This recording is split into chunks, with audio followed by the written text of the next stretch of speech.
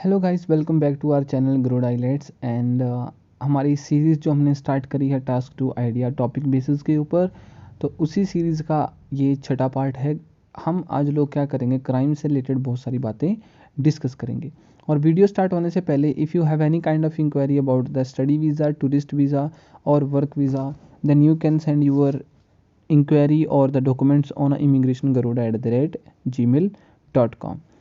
और आज का जो हमारी वीडियो है, हम सबसे पहले रीजंस करेंगे, फिर पुलिस क्राइम प्रिवेंशंस करेंगे, रिहेबिलिटेशन प्रोग्राम, पनिशमेंट कैसे मतलब देनी है नहीं देनी है, जो कम्युनिटी सर्विसेज होती हैं उनके ऊपर डिस्कस करेंगे। तो आज की हमारी जो स्लाइड्स हैं उनमें ये सब चीज़ें हैं। तो सबसे पहले हम क्या करते हैं, रीजंस के ऊपर डिस्कस करके देखते हैं कि अगर क्राइम होता है तो वो क्यों होता है। ठीक है, क्राइम होने का कौन कौन से ऐसे मेजर कारण हैं जिनके जरिए लोग क्राइम कर देते हैं। सबसे बड़ा जो कारण है वो गाइस पॉवर्टी, गरीबी एक बहुत बड़ा कारण है। This is perhaps one of the most concrete reason. सबसे बड़ा कारण बनता है पॉवर्टी। अगर आप, मैंने आपको देखो पहले वाली पीछे वाली स्लाइड्स में एक बात बताई थी, अगर लोगों के पास जॉब नहीं होगी ना तो उनके पास पैसा भी नहीं होगा। अगर पैसा नहीं होगा तो वो भूखे मरेंगे, उनके पास खाना भी नहीं होगा। तो सिर्फ और सिर्फ अपने हंगर को बचाने के लिए पीपल कमिट क्राइम, लोग क्या करते हैं, क्राइम करते हैं। Peer pressure, this is a new form of a concern. Peer pressure भी एक बहुत बड़ी बात है। पीयर प्रेशर में क्या होता है, आपका कोई दोस्त है, अच्छा बड़ा मित्र प्यार है आपका, ठीक है, उसने बोला कि यार ऐसे तो ज़िंदगी में मज़ा नहीं आएगा, कुछ करते हैं, कुछ तूफ़ानी करते हैं, और उस तूफ़ानी के चक्कर में आपको भी लपेट लेगा वो।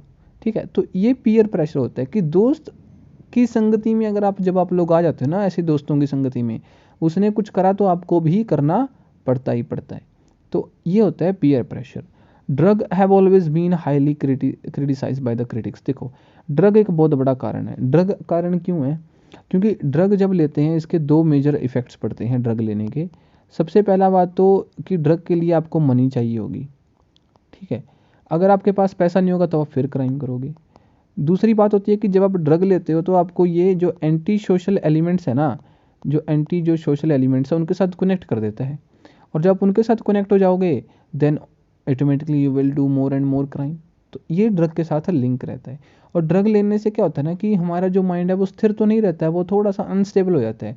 तो हम ऐसी कोई चीज़ों के बारे में सोचने लग जाते हैं जो बिल्कुल ही अनएथिकल हो, ठीक है, जो अनसोशल हो, जो कि एंटी सोशल हो, ऐसी चीज़ों के बारे में सोचने लग जाते हैं when you are getting a drugs. जैसे क्या होता है कि वैसे तो लोग शांत रहते हैं, दारू पीने के बाद अपने घर पे आके झगड़ा करते हैं, ठीक है, अपनी घरवाली को पीट देते हैं। तो ये सब चीज़ें ड्रग्स से रिलेटेड हैं। दारू तो वैसे ड्रग में कह सकते हो, it can be counted in the drugs too. Politics is a major issue guys. Politics एक बहुत बड़ा इशू है। मेजर एक रीज़न है किसका, क्राइम्स का। इंडिया में तो ये बहुत बड़ी चीज़ है। अगर मान के चलते हैं ना, अगर किसी की रैली हो रही है ना, वेट ए मिनट गाइज, रुको।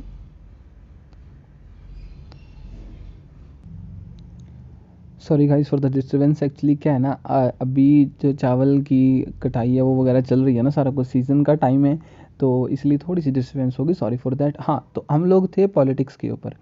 पॉलिटिक्स बहुत बड़ा कारण बनता है guys, especially in the India. Told you ना that especially in the India politics is a major reason for the crime even in the other countries too. इसको लोग जोड़ देते हैं रिलीजियस वैल्यू के साथ। ठीक, कैसे जोड़ देते हैं, फॉर एग्जाम्पल कि आप लोग कुछ करना चाहते हो। अभी क्या हुआ कि कोई रैली वगैरह चल रही है, रैली चल रही है और उसमें कोई अपोजिशन पार्टी वाले क्या करें, कुछ ना कुछ ऐसा करने की कोशिश करेंगे जिससे वो रैली भंग हो जाए। तो लोगों को परसुएड करते हैं वो लोग, किसको, लोगों को परसुएड करते हैं उनकी रिलीजियस वैल्यू के आधार पर। उनकी रिलीजियस वैल्यू के आधार पर उनको परसुएड करके दंगे करवाते हैं, राइट्स करवाते हैं। क्या करवाते हैं, राइट्स करवाते हैं, दंगे करवाते हैं। और ये भी एक मेजर कारण बन जाता है किसका, क्रिमिनल एक्टिविटीज़ का। ठीक है, जैसे फॉर एग्जांपल जो पाकिस्तान है, अगर आप लोगों को पता हो कि पाकिस्तान ही वो ऐसा देश है जिसने तालिबान को बढ़ावा दिया। ठीक है, और जिसको फंडिंग किसी दूसरे देशों ने करी होगी, जैसे अमेरिका जैसे देशों ने करी होगी, तालिबान जैसे देशों। क्यों, क्योंकि वो रशिया के साथ ऐसा पंगा करना चाहते थे, रशिया के साथ थे। तो ये कुछ इंटरनेशनल अफेयर्स की बात है, सॉरी कि मैं आप लोगों को इसमें लेके आया। बट ये है कि पॉलिटिकल चीज़ों के चलते लोग क्या होते हैं, लोग जो पॉलिटिशियंस होते हैं वो लोगों का इस्तेमाल करते हैं अपने बेनिफिट्स के लिए। तो ये बहुत गलत हो जाता है। ठीक है, तो ये रीज़न होगा किसका, पॉलिटिक्स और रिलीजियस फैक्टर्स का। आप किसी के धर्म से रिलेटेड कुछ कह नहीं सकते इंडिया में, अगर बोल दिया तो वहीं के वहीं दंगे होने स्टार्ट हो जाएंगे। ओके, फैमिली कंडीशन एक बहुत बड़ा कारण बन जाता है। कैसे बन जाता है कि फैमिली कंडीशन, फॉर एग्जांपल मैंने आपको बताया ना कि फैमिली कंडीशन, अनएम्प्लॉयमेंट और सोसाइटी को साथ में जोड़ के देखते हैं। कि मान के चलते हैं लोग अनएम्प्लॉयमेंट, उनके पास जॉब नहीं होती, जब उनके पास जॉब नहीं होती तो उनके पास पैसा भी नहीं होगा। जब उनके पास पैसा नहीं होगा तो वो क्या करेंगे, कुछ फैसिलिटीज़ ले पाएंगे, क्या नहीं ले पाएंगे, नहीं ले पाएंगे ना फैसिलिटीज़। जब उनको फैसिलिटी नहीं मिलेंगी तो ऑब्वियस सी बात है वो क्राइम करने की कोशिश करेंगे। तो ये फैमिली कंडीशन और अनएम्प्लॉयमेंट में जाके जुड़ जाता है। कई लोग तो ऐसे होते हैं कि मान के चलो उनकी कोई मेडिकल कंडीशन आ गई, मेडिकल कंडीशन में उनके पास पैसा है नहीं, लेकिन उसने अपनी फैमिली मेम्बर को तो बचाना है, फैमिली मेम्बर को बचाना है। अगर पैसा नहीं है तो क्या हो जाएगा, वो सीधा का सीधा क्या हो जाएगा, क्राइम करने लग जाएगा। तो ऐसे केसेस देखे गए हैं बहुत सारी जगहों पर, इंडिया में देखे गए हैं ऐसे ऐसे केसेस क्राइम के। आगे चलते हैं। नेक्स्ट है हमारा पुलिस एंड क्राइम प्रिवेंशन। अगर क्राइम को रोकना है तो पुलिस का एक बहुत बड़ा रोल आता है। उसमें बहुत सारी अलग अलग चीज़ें हैं जो हम लोग डिस्कस कर सकते हैं। देखो सबसे पहला क्या है, the job of the police is to catch the criminals. उनका काम है कि वो क्रिमिनल्स को पकड़े। They must also prevent crime and make community safer. उनको जो हमारा समाज है उनको सेफ बनाना चाहिए। तो कुछ बातें हैं, they should be there should be an increase in the number of police officer. Government को क्या करना चाहिए ना, पुलिस ऑफिसर्स की संख्या में बढ़ावा कर दो। अगर पुलिस ऑफिसर ज़्यादा हो जाएंगे तो उनका काम थोड़ा आसान हो जाएगा, तो वो चीज़ों को अच्छे तरीके से देखभाल उनकी कर पाएंगे। Police officer should be seen as a part of community.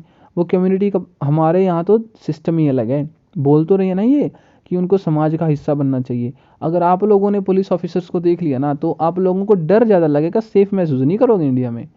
Seriously guys, ये एक आप बोल सकते हो कि एक बड़ी ही ऐसी कंडीशन बन चुकी है जो क्रिटिक्स इसको बहुत ज़्यादा क्रिटिसाइज़ करती हैं कि इंडिया में क्या हाल है कि अगर आप लोगों ने पुलिस ऑफिसर्स को आते हुए देख लिया तो सबसे पहले आपके मन में डर बैठेगा, आप सेफ नहीं महसूस करने वाले। ठीक है, इसीलिए उनको समाज का हिस्सा बनना चाहिए। दे should be involve with the education and prevention. उनको प्रिवेंशन के साथ साथ एजुकेशन में भी इन्वॉल्व होना चाहिए। स्कूल्स में जाके उनको कुछ ऐसे सेमिनार्स कंडक्ट करने चाहिए, कैंप ऐसे लगाने चाहिए जिससे क्या हो सके, वो बच्चों को बता पाएँ कि भाई आप लोगों को क्रिमिनल एक्टिविटी से कैसे छुटकारा पाना है। कैंप लगा सकते हैं हम लोग। The police should be in a close contact with the schools. School के साथ क्लोज कॉन्टैक्ट्स होने चाहिए, वही बात है ना, कैंप वगैरह लगाना चाहिए, ये सब चीज़ें। They should focus on young people who have dropped out of school. जो स्कूल छोड़ कर आते हैं ना वही लोग, या तो देखो मैं दो बात बताता हूँ, जो बंदे स्कूल छोड़ दें, जो ड्रॉप आउट होते हैं, वो दो ही काम करते हैं, या तो वो बहुत ज़्यादा अच्छा काम करेंगे गुड, या बहुत ज़्यादा बेकार काम करेंगे।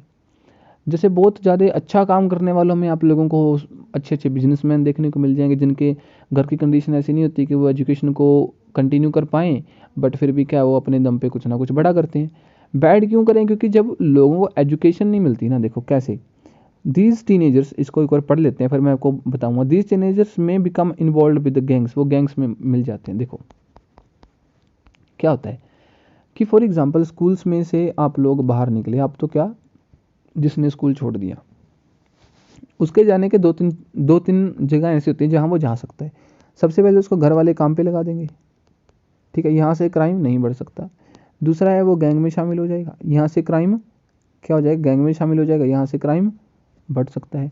जब लोगों को एजुकेशन नहीं मिलती ना, तो जब लोगों को एजुकेशन नहीं मिलती तो उनके जो मन में जो एक अंडरस्टैंडिंग की भावना होती है ना, चीज़ों को समझने की जो शक्ति होती है वो क्या हो जाती है, बिल्कुल ही ख़त्म हो जाती है।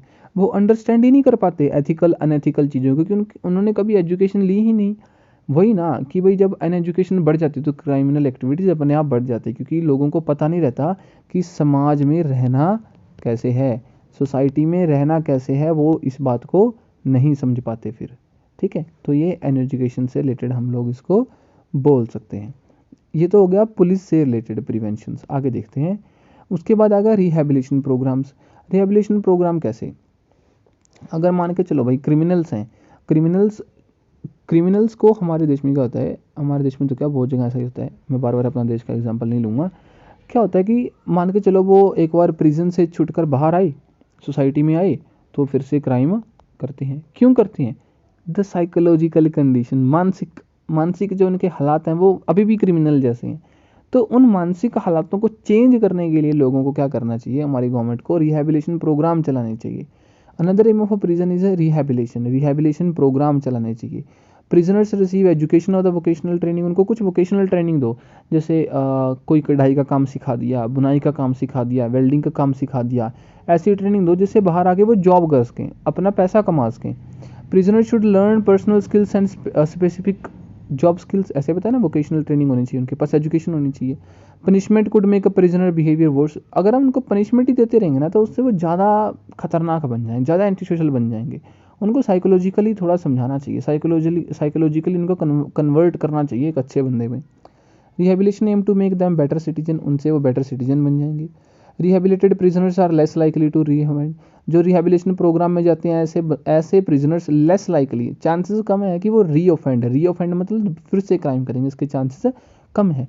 ये सोल्यूशन किन के लिए, जो प्रिजन्स में कुछ समय के लिए रहते हैं और बाहर आ जाते हैं, 5 साल रह लिए, 6 साल रह लिए। अब सोचो ना, कोई बंदा 18 साल की उम्र में अंदर गया, 17 साल की उम्र में अंदर गया, 8 साल बाद वो वापस से बाहर आ गया, तब तक वो 26 और 27 का हो जाएगा।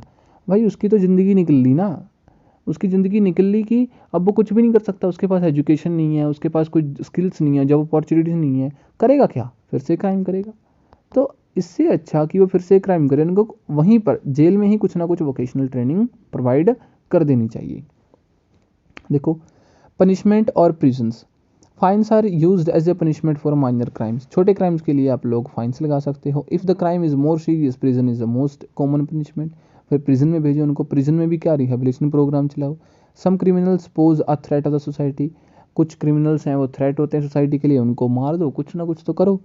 दे are put in a prison to ensure the safety of the other citizens, ये ओपिनियंस हैं, ठीक है, जो ओपिनियंस हैं जो आप लोग दे सकते हो, कब, when you are talking about the prison और द प्रिजनर्स, तब ये आप लोग दे सकते हो।